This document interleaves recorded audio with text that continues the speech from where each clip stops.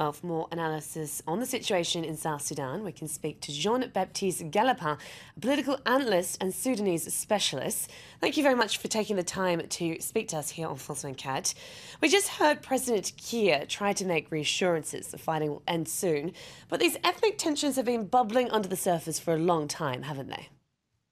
Yes, if you want, the conflict is unfolding on two levels, really. The level of the elites, such as Salva Kiir and Riek Machar, who represent complex multi-ethnic coalitions of politicians and military leaders. And there's the other level, which is the level of rank-and-file soldiers and militiamen who are really ill-disciplined and full of ethnic resentment. And they've been deliberately targeting civilians of other ethnic groups. It's important to notice that we're not seeing civilians attacking the neighbors here. The people who are committing these atrocities are largely combatant. And it's still in the power of these two leaders to stop the violence. But as long as the fighting continues, we're likely to see more ethnically targeting killings. And what's really worrying is that neither side has shown a great willingness to curb these.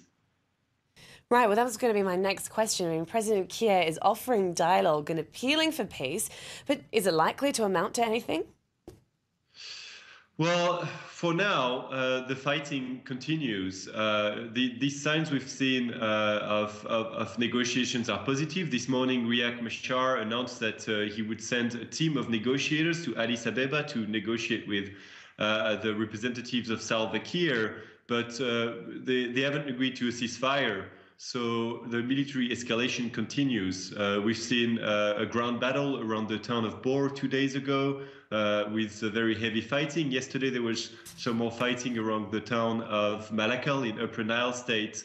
So as long as the fighting continues, we're likely to see both sides really push on the military front to try to gain an advantage in the negotiations. And Riek Machar said that very bluntly to the media. His strategy is really to get a better hand in the negotiations.